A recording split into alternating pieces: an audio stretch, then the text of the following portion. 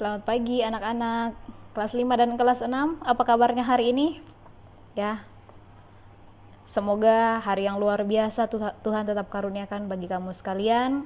Semoga juga anak-anak tetap dalam keadaan mengucap syukur untuk setiap hari yang baru yang Tuhan berikan bagi anak-anak sekalian. Begitu pula dengan guru-guru di sini, dengan Ibu Ika. Dan kita akan mulai devosi kita pagi ini. Sebelum kita mulai devosi kita akan menyanyikan lagu Biarpun Gunung-Gunung Beranjak.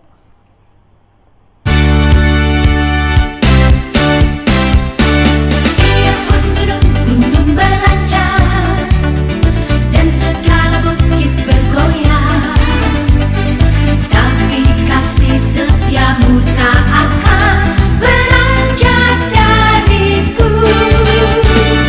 Biarpun gunung-gunung beranjak dan segala bukit bergoyang, tapi kasih setiamu tak akan beranjak dariku. Tak akan beranjak, tak akan bergoyang, tak akan beranjak, tak akan bergoyang. Demikianlah firman Tuhan yang mengasihimu.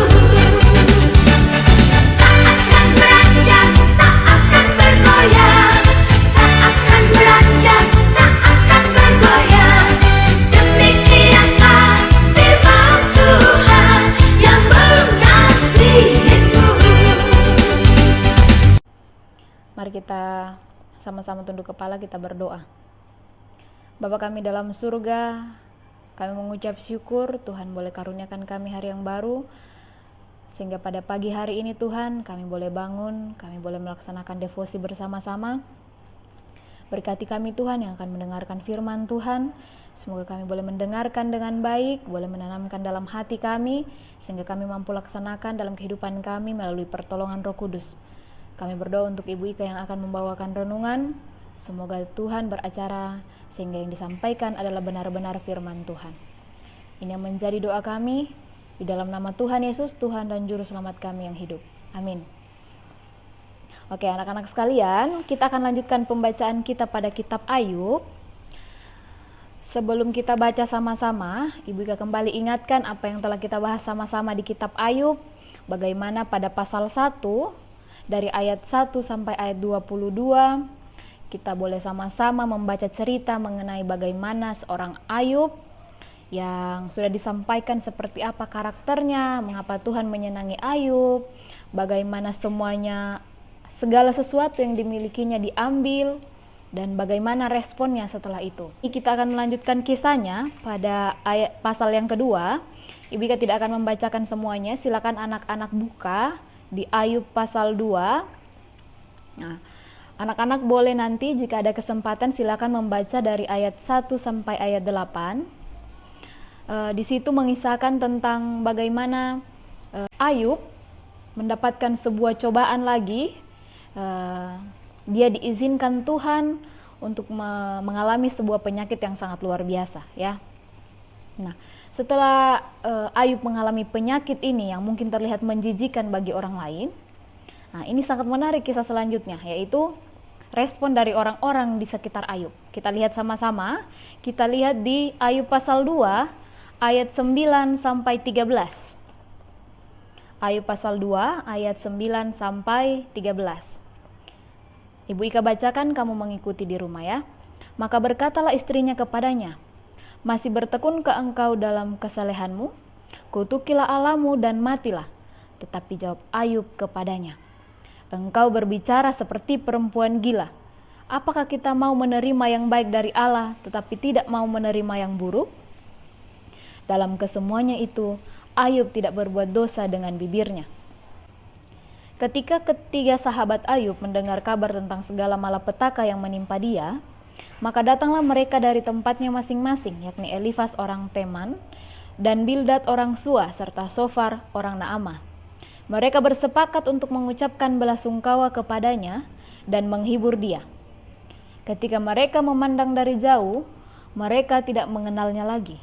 Lalu menangislah mereka dengan suara nyaring. Mereka mengoyak jubahnya dan menaburkan debu di kepala terhadap langit. Lalu mereka duduk bersama-sama dia di tanah selama 7 hari 7 malam. Seorang pun tidak mengucapkan sepatah kata kepadanya karena mereka melihat bahwa sangat berat penderitaannya. Sedemikian jauh pembacaan firman Tuhan pagi ini. Kita bisa melihat bahwa betul-betul Ayub mengalami satu pergumulan yang luar biasa, yang mungkin kalau kita berada di posisi Ayub ya, akan sangat sulit untuk kita bisa menerima keadaan seperti itu.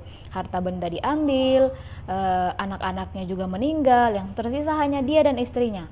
Bahkan pada ayat 9 pun istrinya sudah marah-marah, sudah mengutuki Allah. Dia katakan, masih bertekun ke engkau dalam kesalehanmu? Kutukilah Allahmu dan matilah. Istrinya menyarankan seperti itu ya. Kalau kita di posisi Ayub mungkin akan sangat sulit bagi kita juga ya. Oke, apakah poin Ibu Ika hanya sampai di situ pagi ini? Tidak ya. Kita mau melihat sama-sama firman Tuhan ini sebenarnya mau menyampaikan apa bagi kita ya. Kita bisa melihat bahwa Ayub masih memberikan respon yang luar biasa ya. Ayub tidak mengikuti saran istrinya, tetapi dia masih mengatakan, apakah kita mau menerima yang baik dari Allah tetapi tidak mau menerima yang buruk? Nah, di sini dikatakan sekali lagi bahwa dalam kesemuanya itu Ayub tidak berbuat dosa dengan bibirnya. Betapa luar biasanya Ayub ya. Tapi Bika mau ajak anak-anak melihat sesuatu. Bagaimana kira-kira akhir dari penderitaan ini? Bagaimana, apakah tetap sampai akhir Ayub memberikan respon yang sama? Kalau kamu lihat di pasal 16, kita sama-sama lihat. Di pasal 16 kamu akan melihat bahwa Ayub mengeluh tentang perlakuan Allah. Bahkan di pasal 40, Ayub menantang Allah. Kalau kita sudah bahas bagaimana Ayub dari pasal pertama, kedua ini terlihat sangat luar biasa, mampu menahan godaan, mampu untuk tidak mengutuki Allah. Kita lihat kisah selanjutnya, ternyata Ayub juga jatuh pada akhirnya. Ayub mengeluh, Ayub menantang Allah. Dalam hal ini kita bisa melihat bahwa Ayub mulai ragu terhadap kemahakuasaan Allah. Ya, Ibu Ika akan ingatkan kembali, Ibu Ika pernah membahas satu orang atau satu pribadi yang mengalami hal hampir mirip dengan Ayub. Apakah dia mampu sampai akhir mengatakan bahwa Tuhan yang punya kuasa? Kita lihat sama-sama. Siapa pribadi itu? Ibu Ika pernah katakan? Tuhan Yesus Kristus. Mari sama-sama kita buka di Matius pasal 4. Matius pasal 4, di situ kamu akan membaca judulnya itu pencobaan di padang gurun. Ya, pasal 4 ayat 1 sampai 11. Pencobaan di padang gurun. Yesus juga dicobai dengan hal yang sama. Bagaimana rasa lapar, bagaimana kekuasaan, bagaimana kemewahan, kemegahan diri. Ya, Yesus juga dicobai hal yang sama. Apakah Yesus mengikuti saran iblis? Mengikuti tawaran iblis? Bahkan sampai akhir hayatnya kita bisa melihat bahwa Yesus tetap teguh pendirian mengikuti firman Tuhan ya. Jadi ini dua pribadi yang berbeda ya.